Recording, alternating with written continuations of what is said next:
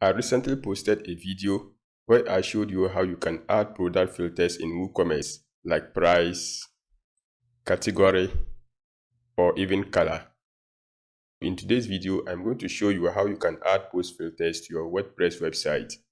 I'm going to use the exact same plugin in order to achieve the post filters. I will highly recommend that you go ahead and watch that video, as all the explanations were done in that particular video. I'll link it up in the description down below. You can go ahead and check it out. Hello guys, and welcome back to the channel where we show you how to make websites with WordPress and also show you how to buy and sell online businesses. So if you are new here, don't be a stranger anymore. Make sure you join the family by subscribing to the channel and also enable the notification bell so that you don't miss out on our future videos. So this is the website on which I'm going to add the post filters to. As you can see on the sidebar at the moment, it's only displaying recent blog posts and some related products on my website. To get started, I go to the back end of my website, then I go over to plugins, click on add new.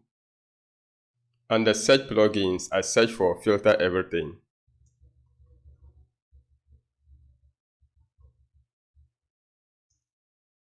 And I have the plugin right here. I click on install now. It is installed, I activate. The plugin is installed successfully. Next, I go over to the side panel, then I go ahead and click on add new filter. I'll give it a title. Under post type to filter, you drop down the arrow and choose the particular post type you want to filter. As you can see right here, you can filter by post, pages, or products. For this tutorial, we are going to filter by post. Next, I click on add filter. Under filter by, I'm going to filter by categories, which is already selected. If in any case it's not selected, you make sure you select it. Filter label is going to be categories. var name for URL is going to be category. Next is view in widget. You can drop down the arrow right here and choose whichever format you want it to be. You can use checkboxes, radio buttons, label list, or drop down. For this tutorial, I'm going to use checkboxes. So the categories filter is done. I click on close. Next, I go ahead and add another filter. And this time around, I'm going to go ahead and filter by tags. By default, it's already selected for me. Filter label, I'm going to call it post tags. var name for URL, I'll call it tag. And it's going to be checkboxes. All is set, then I go ahead and click on publish. It is published. The next thing I do is go to the front end of my website. At the moment, when I go ahead and refresh, you wouldn't see any change right here.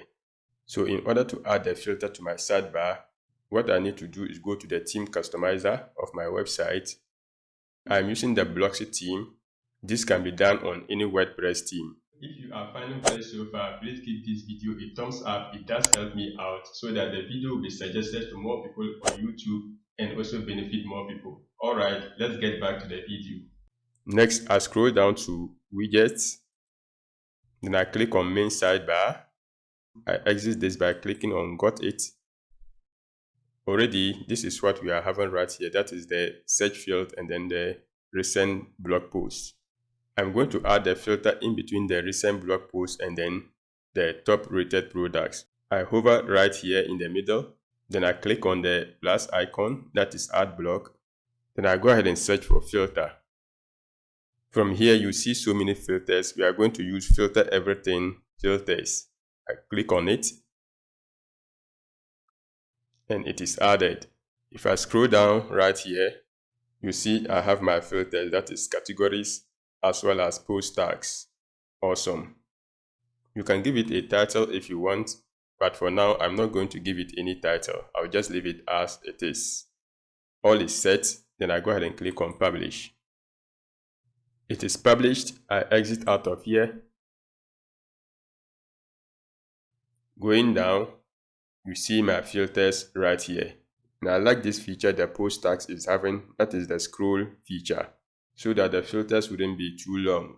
This is kind of cool.